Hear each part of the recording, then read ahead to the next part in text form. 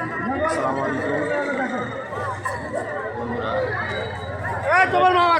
মুন্নাসা কেটে পরিবেশ দেখেন, এখানে শুধু মহিলা আর মহিলা। তো এখানে দায়িত্ব পড়েছে, এখানে দেখাশোনা করতেছে এই হচ্ছে মাহবুব সত্তার মদ্দুলিয়া ভাই। এখন পর্যন্ত ভাত খাই নাই, না খায়া মানে রোজা আছে যে ভোট নিয়ে বাড়িতে যাবে, চিন্তা করেন। হ্যাঁ, তো যাই হোক, তারপরেও দোয়া করবেন লোকটার জন্য, না খেয়ে আছে যেহেতু, অসুস্থ যেন না হয়, শেষ পর্যন্ত সুস্থ থাকে, আল্লাহ তাকে হেফাজত করুক, আমরা দোয়া করি। এই হচ্ছে জামাতে ইসলাম আর হচ্ছে বিএনপি। চিন্তা করেন আমাদের মধ্যে সম্পর্কটা কী রকম। তো আমরা চাই সারা দেশের মানুষ যেন আমরা এই সম্পর্ক নিয়ে বেঁচে থাকতে পারি, আপনারা দোয়া করবেন। কারণ হচ্ছে আমাদের এই সম্পর্কটা প্রয়োজন।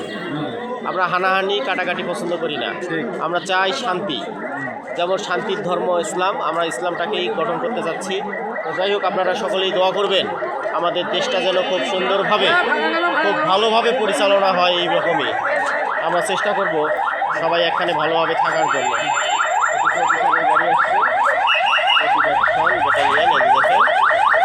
তারা আসলে সবসময় টহল দিচ্ছে এইভাবে।